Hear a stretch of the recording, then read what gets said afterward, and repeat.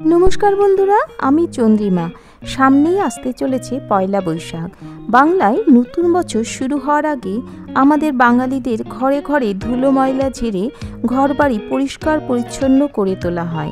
आमरा जदि समय निये धीरे धीरे परिष्कार परिच्छन्नतार काज शुरू करी ताहले आमादेर उपर चापटा कम होबे, ताई ना? करते तो हबेई, ताई एकटु आगे थेकेई ना हय शुरू करे दिलाम। ताई आमी प्रथमेई आमार बाड़ीते जेटा सबचाइते चापेर काज सेटाई शुरू करे दिलाम। आमार घरेर पुरो देयाल जुड़े कैबिनेट। प्रथमेई आमी एई कैबिनेटेर ओपर थेके नीच पर्यन्त सबटाई परिष्कार करा शुरू करे दिलाम। सारादिन आमरा जतई बाइरे व्यस्त थाकी ना केन दिन शेषे आमरा निजेर बाड़ीतेई फिरे आसि। निजेर घर निजेर बाड़ी आमादेर शेष ठिकाना।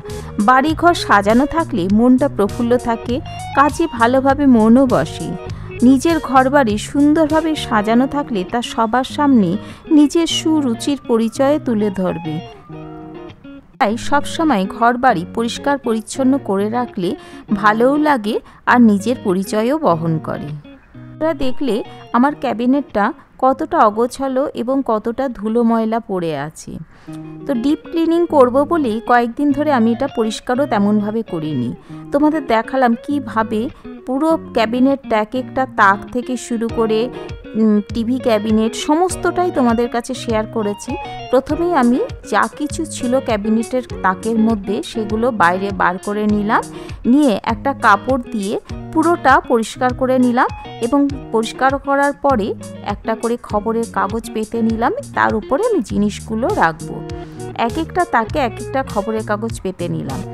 তো তারপরে দেখলাম জামা কাপড়গুলো এইভাবে রাখলে না ঠিক সেট আপ থাকছে না, তাই আমার কাছে বিরাট একটা বক্স ছিল, তো সেটাতেই আমি একটা অর্গানাইজার বানিয়ে নিলাম। তো ওপরের দিকে দেখছো যে প্লাস্টিকের হাতলের মতো জায়গাটা সেটা আমি কেটে বার করে নিয়েছি। তারপরে এইভাবে আমি কাটার দিয়ে কেটে নিলাম। তোমরা দেখলে ওপরের পোর্শনটা আমি কাটার দিয়ে কেটে বাইরে বার করে নিলাম, আর দুদিকের যে পোর্শনটা সেটা কাটার দিয়ে কাটিনি, ওগুলো গ্লু গান দিয়ে ওখানে পেস্ট করে বক্সটাকে শক্তপোক্ত করে নিলাম। বক্সটা শক্তপোক্ত হয়ে যাবার পর একটা ভালো গেঞ্জি এর মধ্যে পরিয়ে দিলাম।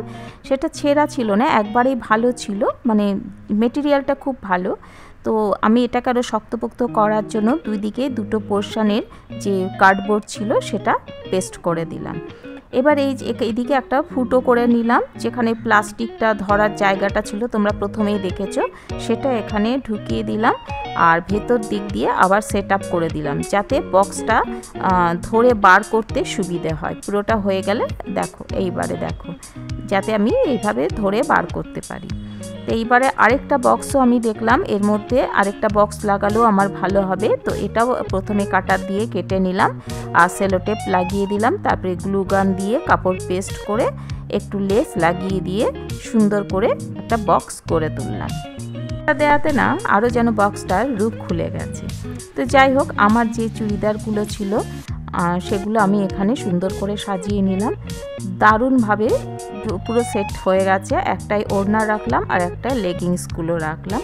এইভাবে দেখো পুরো যেখানে আমার জামা কাপড়ে ভর্তি ছিল সেগুলো কিভাবে সুন্দরভাবে সেট আপ হয়ে গেল। তো এইভাবেই আমি ক্যাবিনেটের একদিকের পোর্শনের যে তাকটা সেটা সেট আপ করে নিলাম। এবার আরদিকের যেটা পোর্শন সেটা প্রথমে জিনিসপত্রগুলো বাইরে বার করে নিলাম, বার করে ওখানটা ভালো করে মুছে নিলাম। প্রথমে আমি ওপরের তাকটা করলাম, ওপরের তাকটা মুছে নিয়ে আমি কাগজ নিয়েই ওপরে উঠেছিলাম, বারবার সিঁড়ি দিয়ে ওঠানামা করতেও তো অসুবিধে, তাই প্রথমেই আমি পুরো সেট আপ করে নিয়ে ওপরে জিনিসপত্রগুলো এখানে দিয়ে দিলাম। এবার দুটো তাকি আমার কমপ্লিট হয়ে গেলে এবারে মাঝখানে যে টিভি আছে সেই ক্যাবিনেটের জায়গার নিচের যে পোর্শনটা সেটাও পুরো খালি করে নিলাম এবং টিভিটা পুরো পরিষ্কার করে নিলাম। কলিন দিয়ে টিভির যে পিছনের পোর্শন এবং টিভির ওপরের দিকে যে তাকগুলো আছে সেগুলো পরিষ্কার করে নিলাম।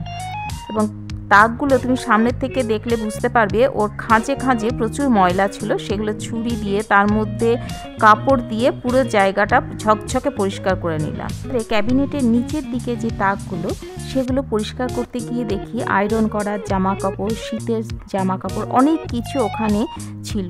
তো সবগুলো প্রথমে বার করে নিলাম, পরিষ্কার করে নিয়ে আবার কাগজ পেতে আবার ওগুলো সেট আপ করে নিলাম। তবে যেগুলো অপ্রয়োজনীয় জিনিস সেগুলো সব বাদ দিয়ে দিলাম। তো তারপরের তাকটাও ঠিক সেমভাবে পরিষ্কার করে নিলাম। এক একটা তাক পুরো বার করছি, পরিষ্কার করছি, কাগজ পাচ্ছি, জামা কাপড় গুছিয়ে দিচ্ছি, আবার নেক্সট তাকটা ধরছি। এইভাবেই দেখো পুরো তাকটা আমার, মাঝখানে যে তাকটা সেটাও পরিষ্কার হয়ে গেল। এবার সাইডে যে তাক, আরেকটা সাইডে যে তাক সেটাও পরিষ্কার করে নিলাম, করে এইরকম অবস্থায় আনলাম। তো এরপরে দেখো ওপরের যে ক্যাবিনেটের ওপরের দিকের যে জায়গাগুলো সেগুলো আমি ভেতরেরগুলো ক্লিন করে নিয়েছি, সেগুলো তোমাদের সাথে শেয়ার করতে পারলাম না। এবার বাইরে যে দিকটা পরিষ্কার করছি সেটা সিঁড়ি দিয়ে উঠে উঠে বাইরের দিকটা পুরো কলিন দিয়ে পরিষ্কার করে ঝকঝকে করে নিলাম। ভাবছি এত ময়লা জমেছিল, আসলে প্রত্যেক দিনই একটু একটু করে ময়লা জমে, তার উপরে আবার ময়লা, সেই করতে করতে পুরো যে কাপড়টা দিয়ে পরিষ্কার করছি সেটা পুরো কালো হয়ে গেছে। তো যতটুকু আমার হাত যায় ঠিক ততটুকুই করেছি, তার ওপরের দিকটা আমার হাজবেন্ডকে দিয়ে আমি করিয়ে নিয়েছি। আর ক্যাবিনেটের উপরের দিকে যে ফল সিলিংগুলো আছে সেগুলো ভালো করে পরিষ্কার করে নিলাম। আর এবারে নিচের যে পোর্শনটা, নিচের যে তাকগুলো সেগুলো কলিন দিয়ে ভালো করে পরিষ্কার করে নিলাম। কিন্তু হাতলগুলো দেখলাম ভীষণ নোংরা হয়েছে। আগে এমনি পরিষ্কার করে নেওয়ার পর ব্রাইট ও সুপার দিয়ে ভালো করে ঝকঝকে করে পরিষ্কার করে নিলাম। এবার তাকগুলোও দেখো এখানে যে খাঁজ খাঁজ মতো আছে, সেখানে আমার একটা আইডিয়া মনে হলো যে এখানে একটা কিছু করা যায়। আমার কাছে একটা কাঁচ ছিল আর প্লাইয়ের টুকরো ছিল, কোইন্সিডেন্টলি দুটোই মানে প্রায় সেম সাইজের। তো কাঠের টুকরোটা স্যান্ডপেপার দিয়ে ঘষে নিলাম, নিয়ে একটু কালার করে দিলাম। তারপরে দেখো কাঁচের টুকরোটাও এইভাবে দুটো নিয়ে নিয়েছি।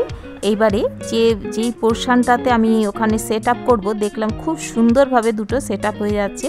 আর এই যে গণেশের মূর্তিটা দেখছো, এটাও আমি এখানে ডবল টেপের মাধ্যমে আমি পেছনে গণেশের মূর্তিটা সেট আপ করে নিলাম। আমার বিভিন্ন জায়গা থেকে আনা ছোট ছোট শোপিসগুলো ছিল, সেগুলো আমি এই তাকের মধ্যে রেখে দিলাম। বেশি কিছু ভারী কিছু রাখা যাবে না, অল্প কিছু জিনিসপত্র রাখা যাবে, কারণ এটা তো নিজস্ব ভাবনা, এখানে কোনো স্ক্রু নেই, কিচ্ছু নেই, শুধু নিজস্ব ভাবনার থেকে ওখানে দুটো তাক আমি করে নিলাম।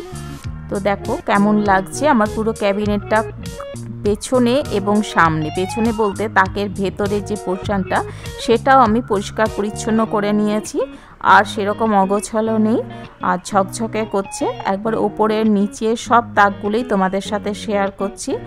আর মিডিলের যে তাকটা সেটাও দেখেছো, সবটাই তোমাদের সাথে শেয়ার করে আমি দেখিয়ে দিচ্ছি যে আমি কিভাবে ভেতরে সব জিনিসগুলো গুছিয়ে রাখলাম এবং বাইরেরটাও কিভাবে পরিষ্কার করলাম, এমনকি হাতলগুলো পর্যন্ত ঝকঝকে করছে।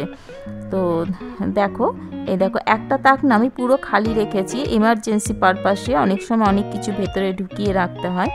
তো আর দেখো আমার টিভির যে সুইচগুলো সেগুলো ভেতরে আছে। আর দেখো এইভাবেও নিচের তাকটা আমি পুরো কমপ্লিট করে ফেলেছি।